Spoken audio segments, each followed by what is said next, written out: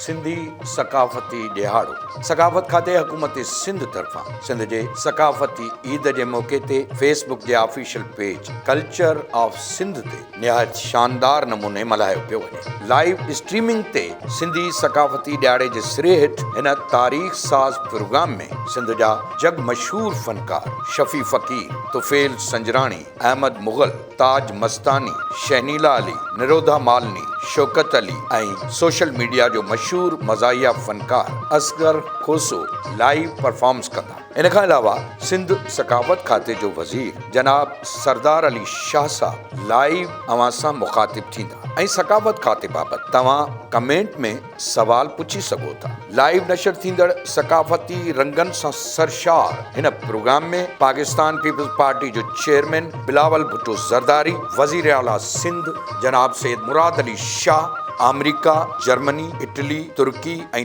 Thailand जे counsel generals जा सकाफ़ती पैगाम नशर कया वेंदा। इन खां अलावा राग जी राणी अदियाबदा परवीन, जग मशहूर फनकारा हदीका कियानीअ जा सिंधी सकाफ़त जे हवाले सां पैगाम नशर थींदा। सिंध जे नामयारनि शाइरनि अदीबनि इमदाद हुसैनी, आकाश अंसारी, हलीम बाग़ी, अदल सूमरो, जुमन दरबदर, रुबीना अबड़ो, सहर इमदाद, शौकत हुसैन शोरो सां लाइव गुफ्तगू कई वेंदी। मशहूर सहाफ़ियनि सुहेल वड़ाइच, वसतुल्ला खान, आसमा शिराज़ी, अवेस तौहीद जा पैगाम ऐं उर्दूअ जे नामयारनि शाइरनि अनवर शऊर, फातिमा हसन, अदील अंजुम, आफ़ताब मुज़्तर जा पैगाम शामिल आहिनि। हिन यादगार सकाफ़ती ॾियारे जा मेज़बान बख़्शण मेहराणवी, शाज़िया करीम, शाइस्ता सुरहियो, यासिर काज़ी आहिनि। प्रोग्राम सकाफ़त खाते जे Facebook official page culture of Sindh ते आचर ॾींहुं शाम 4 वॻे खां 8 वॻे ताईं लाइव नशर थींदो। ॾिसण